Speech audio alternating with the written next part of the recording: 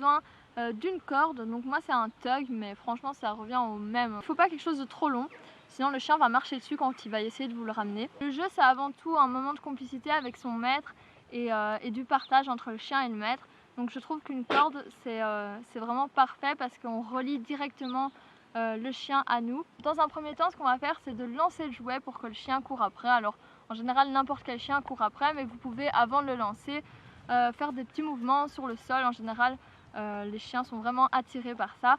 Donc vous attendez bien que le chien aille chercher le jouet et une fois que le chien l'a, vous courez dans l'autre sens en l'appelant, en faisant des cris, en tapant dans les mains, tout ce que vous voulez pour donner envie au chien de revenir vers vous. Et là quand le chien revient, vous le félicitez, vous essayez d'attraper la corde et vous tirez dessus pour jouer avec lui.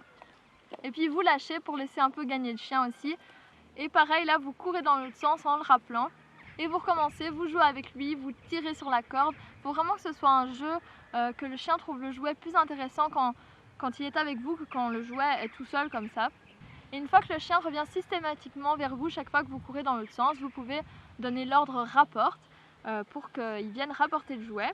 Mais c'est pas encore le donner, c'est juste simplement revenir vers vous avec le jouet. Une fois que le chien est vraiment à l'aise avec ça, vous allez pouvoir lui apprendre le donne, donc le donne ou le lâche selon ce que vous voulez. Ce n'est pas toujours facile parce qu'il y a certains chiens qui veulent garder le jouet.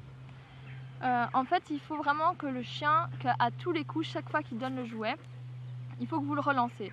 Parce que si c'est pour le reprendre, ben, le chien il va plus vouloir vous le donner. Et pour que le chien donne le jouet, alors il y a plusieurs façons. Moi ce que je fais, c'est qu'en mettant ses mains près de sa gueule, donc près de ses dents, et en général le chien lâche. Et dès qu'il lâche, ben, vous le félicitez et vous relancez le jouet.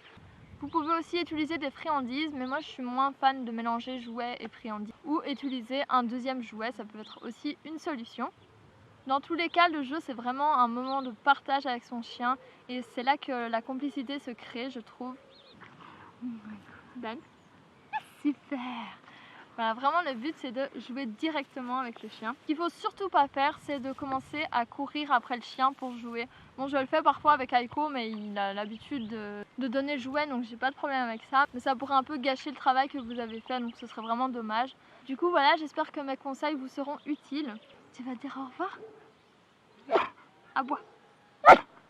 Voilà, Aiko vous dit au revoir et on se retrouve pour de prochaines vidéos. N'hésitez pas à me dire dans les commentaires si vous voulez que je vous aide sur d'autres sujets. N'hésitez pas à me le dire, comme ça je filmerai d'autres vidéos. Vous pouvez également vous abonner. On est sur Facebook, YouTube et Instagram sous le nom de The Flash Dogs. À bientôt!